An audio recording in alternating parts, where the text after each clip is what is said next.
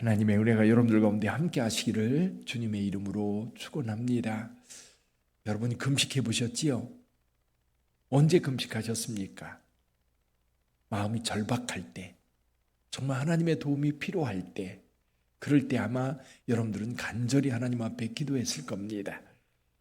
근데 여기 이제 금식에 대한 이야기가 나오는데요. 이스라엘 백성들은 바벨론에 의해서 예루살렘 성전이 파괴되고 예루살렘 성이 다 무너지는 그 이스라엘이 멸망한 날, 그날을 기억해서 그날이 되면 금식했습니다. 그러다가 이 금식이 점점 발달을 해서 예수님 시대에는 일주일에 2번씩 금식했어요. 바리새인들, 특히 경건하다고 하는 사람들은 일주일에 2번씩 금식하면서 자신들이 얼마나 경건한지를 사람들에게 보이려고 했던 겁니다. 근데 이제 성전이 파괴된 날을 기념해서 그날은 온 국민이 금식을 하는 겁니다. 근데 금식하는 날, 그러면 이것이 그냥 금식하는, 그냥 하루 종일 아무것도 먹지 않고 하루를 보내는 게 아니라 하나의 예배가 된 거예요. 그래서 금식하는 날은 이렇게 행하는 거지요. 그러다 보니까 성전에서 제사를 드리는데 금식하는 날의 제사는 하나의 형식이 만들어진 거예요. 그래서 하나의 형식이 만들어져서 금식하는 날이 되면 이제 유다 백성들이 성전에 모여서 금식을 행하는 겁니다. 또 일상 속에서도 이제 금식할 날이 되면 이제 의례적으로 그날은 금식하는 날, 그렇게 해서 금식을 시행해 왔던 겁니다. 근데 가장 근본적인 것은 이 금식은 2가지입니다. 하나는 통회하는 거예요. 회개. 그래서 예루살렘이 망한 날을 기억하면서 금식하는 것은 사실은 통회하는 날입니다. 회개하는 날이에요.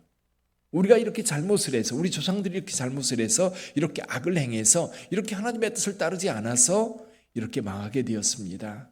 그러니 오늘 우리는 하나님 앞에 회개하며 하나님의 뜻대로 살기를 원합니다. 회개하는 날. 또 하나는 뭔가 간절히 하나님 앞에 구하는 날인 거예요. 여러분, 지금 이사야 상황, 예루살렘이 성전이 회복되고 또 공동체가 회복되었지만 여전히 바사라고 하는 제국의 지배를 받고 있는 겁니다. 그러다 보니까 완전한 자유가 그들에게 주어지지 않았어요. 그래서 민족적으로 하나님 앞에 금식을 선포하고 금식으로 기도하면서 하나님, 속히 이 나라를 어떻게 해주세요? 자유롭게 해주세요. 이 나라를 속히 자유롭게 할 뿐만 아니라 하나님의 거룩한 나라로 세워주세요. 우리의 간절한 소원을 하나님 앞에 아뢰면서 기도했던 겁니다. 그런데 3절 한번 볼까요? 3절에 이렇게 말씀합니다. 같이 읽어봅니다.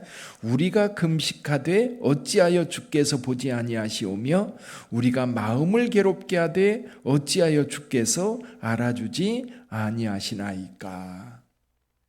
유다 백성들이 하나님 앞에 금식하면서 기도했어요. 기도했는데 하나님이 안 들어주셔요. 하나님이 응답해 주시지 않아요. 금식하면서 기도한다는 것은 내 목숨을 담보로 하나님 앞에 정말 간절히 구하는 건데 하나님께서 반응이 없으세요. 여러분들도 그런 경험이 있을 거예요. 한번 생각해 보세요. 여러분이 뭔가 기도 제목을 가지고 하나님 앞에 간절히 기도했는데 하나님께서 반응이 없어요. 그럼 굉장히 답답할 겁니다. 그러다 보면 이렇게 구하죠. 하나님, 왜 제 기도를 안 들어주세요? 하나님 어디 계세요? 이제 어린아이 같은 마음으로 기도하지요. 하나님, 저 사랑하지 않는 거 아니세요? 저를 모르는 거 아니세요? 하나님께서 나를 자녀로 선택해 주셨다고 하는데 저 하나님의 자녀 아닌 거 아니에요? 그렇게 따지면서 하나님 앞에 기도하기도 하지. 아마 여기 유다 백성들이 그랬던 것 같아요. 하나님께서 어떻게 대답하십니까? 하나님께서 이렇게 대답하세요. 보라, 너희가 금식하는 날에 오락을 구하며 온갖 일을 시키는도다. 4절 같이 읽어볼까요? 4절. 보라, 너희가 금식하면서 논쟁하며 다투며 악한 주먹으로 치는도다. 너희가 오늘 금식하는 것은 너희의 목소리를 상달하게 하려는 것이 아니로다. 자, 금식의 목적이 뭡니까? 너희의 목소리를 하나님께 상달시키려는 방법이죠. 근데 유다 백성들은 금식이 목적이 되었어요. 금식은 하나님께 기도하기 위한 하나의 방법이에요. 하나님께 나가기 위한 하나의 통로예요. 그런데 금식은 하나님 앞에 서서 하나님께 구하는 것인데, 금식을 하면서 유다 백성들은 어떻게 행동해요? 여기 보니까 금식을 하면서 온갖 오락을 구합니다. 가장 경건해야 할 시간, 가장 하나님 앞에 정말 목숨 내놓고 간절하게 하나님 앞에 기도해야 될 그 시간, 기도한다고 하면서 오락을 즐깁니다. 그러면서 온갖 일을 시킨다. 이게 뭐냐면 사람들을 압제하는 거예요. 억압하는 거예요. 또 금식하면서 논쟁합니다. 다툽니다. 악한 주먹으로 칩니다. 그러니까 그들의 행동은 하나님 앞에서 하는 행동이 아닌 거예요. 예를 들면 이런 경우도 있었지요. 그 부모님들과 함께 살면 부부가 싸우기 힘들다 그래요. 왜냐하면 다툼하면 부모님이 듣고 어떻게 생각해요? 걱정, 의심이 너무 많은 거예요. 그러니까 어떤 부부들은 싸우려면 둘이 밖에 나가가지고 공원에 가서 싸웠다고 그래요. 왜? 어르신들이 있으니까 조심하는 거예요. 근데 하물며 전능하신 하나님 앞에 기도하면서 금식 기도를 선포하고 금식한다는데 날마다 오락을 지고 사람들이 화내고 다투고 폭력을 행하면서 그게 금식이 될 수 있겠는가? 그러면서 하나님께서 말씀합니다. 이것이 어찌 내가 기뻐하는 금식이 되겠으며 이것이 어찌 사람이 자기 마음을 괴롭게 하는 날이 되겠느냐. 그의 머리를 갈대같이 숙이고 굵은 배와 재를 펴는 것을 어찌 금식이라 하겠느냐. 이게 무슨 뜻이냐면 금식하기 위해서 머리를 깊숙이고 재에 앉아서 그날은 보내는 거예요. 그러면 금식한다고 말할 수 있겠는가? 뭔가 형식적인 어떤 행동을 한다고 해서 그의 목적이 이루어지는 건가? 하나님께서 그러면 하나님이 기뻐하시는 금식은 뭐예요? 하나님이 기뻐하시는 금식 6절입니다. 같이 읽어봅니다. 6절과 7절. 내가 기뻐하는 금식은 흉악의 결박을 풀어주며 멍에의 줄을 끌어주며 압제당하는 자를 자유하게 하며 모든 멍에를 꺾는 것이 아니겠느냐. 또 줄인 자에게 내 양식을 나누어 주며 유리하는 빈민을 집에 들이며 헐벗은 자를 보면 입히며 내 고륙을 피하여 스스로 숨지 아니하는 것이 아니겠느냐. 하나님이 기뻐하시는 금식이 있어요. 언제 하나님께서 우리를 기쁘게 받으실까? 자, 이렇게 기뻐하시는 금식 여기서 말씀하고 있는데 결박을 풀어주고 멍에의 줄을 끌어주며, 이게 뭐냐면 나는 하나님 앞에 뭔가를 구하고 뭔가 응답받기를 원하는데 누군가가 나에게 구하는 사람이 있어요.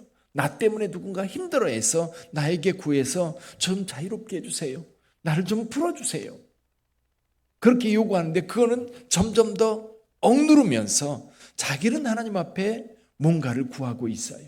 앞뒤가 안 맞는 거죠. 그러니까 하나님께서 기뻐하시는 금식은 나도 하나님 앞에 구할 때에 누군가가 내게 구하면 그것에 대해서 기쁨으로 그 문제를 해소해주고 자유하게 해주고 그를 평안하게 해주고 풀어줄 때에 하나님께서도 기뻐하신다는 거예요. 우리가 주기도문 할 때 우리에게 죄 지은 자를 용서해 준 것 같이 우리 죄를 사하여 주시고, 우리가 누군가의 죄를 사해 주었을 때에 우리도 하나님 앞에 서서 하나님 저의 죄도 사해 주십시오 라고 이야기할 수 있는, 기도할 수 있는 그 기도가 힘이 있다는 거예요. 자, 힘있게 기도했고 하나님께서 응답해 주셨던 기도가 있지요. 이사야에서 나오는 히스기야의 기도예요. 히스기야의 기도. 여기 9절에 보면 이런 말씀이 있습니다. 내가 부를 때에 나 여호와가 응답하겠고 내가 부르짖을 때에 내가 여기 있다 하리라. 자, 히스기야가 하나님 앞에 기도할 때에 이 랍사게가 보낸 편지를 하나님 앞에 펼쳐놓고 기도를 해요. 하나님, 우리 하나님을 없이 여기는 이 편지를 보옵소서. 저들의 말을 들으시옵소서. 그러면서 우리 하나님 앞에 전적으로 맡기는 기도를 합니다.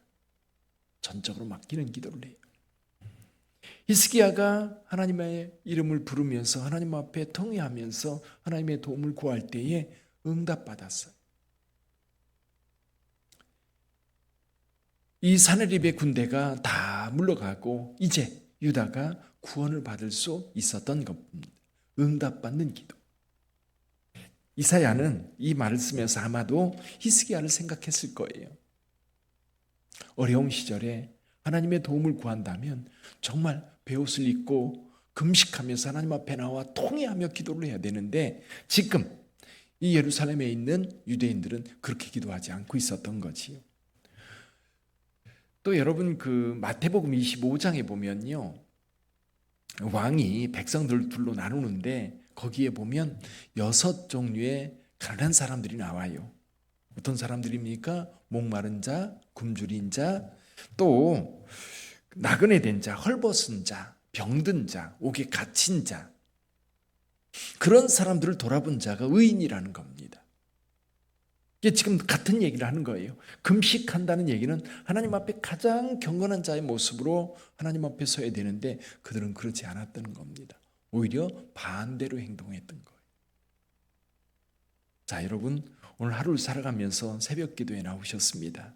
자, 오늘 하나님 앞에 기도하다 보면 오늘 하루 어떻게 살아야지 그런 결단이 생기시죠. 자, 이게 진짜 기도인 거예요. 하나님 앞에 나와서 기도하고 기도한 자의 삶, 하루가 그렇게 흘러가야 됩니다. 그런데 그날이 오히려 싸우고 다투고 욕심 부리고 그래서 사람들에게 상처 주고 고통을 준다면 우리의 기도는 과연 주님께서 기쁘게 들으실까? 그래서 우리 기도와 우리의 헌신이 일치해야 되는 거지. 그래서 느헤미야는 하나님 앞에 늘 이런 기도를 해요. 하나님, 제가 이렇게 하나님 앞에 헌신하는 것을 보시옵소서. 내 기도를 들어주시옵소서. 그렇게 기도를 했어요. 저희 기도도 하나님 앞에 제가 이렇게 살고 있습니다. 하나님 보시옵소서. 내 기도를 들어주옵소서. 내가 주님의 나라를 위해서, 주의 나라를 위해서, 주의 몸된 교회를 위해서, 주의 사랑하는 성도들을 위해서 이렇게 헌신합니다. 좀 하나님 앞에 좀 그런 자랑이 좀 많이 있었으면 좋겠어요. 사람들에게 자랑하는 게 아니라 하나님께 자랑하는 거지. 하나님, 제가 오늘 우리 성도에게 이렇게 위로해 주었어요. 하나님, 제가 오늘 누구에게 이런 도움을 주었어요. 힘들어하는 그에게 내가 격려해 주었어요. 이렇게 좀 더 적극적으로 우리의 삶이 하나님께서 기뻐하시는 삶을 이어가면서 또 동시에 하나님 앞에 나와 기도한다면 그 기도에 힘이 있을 줄 믿습니다. 힘 있는 기도, 능력 있는 기도는 그렇게 만들어지는 것 같아요. 그래서 하나님이 기뻐하시는 금식, 기뻐하시는 기도, 기뻐하시는 예배를 드리면서 우리 삶이 하나님께 아름답게 드려지는 복된 하루가 되기를 주님의 이름으로 축원합니다. 기도하겠습니다.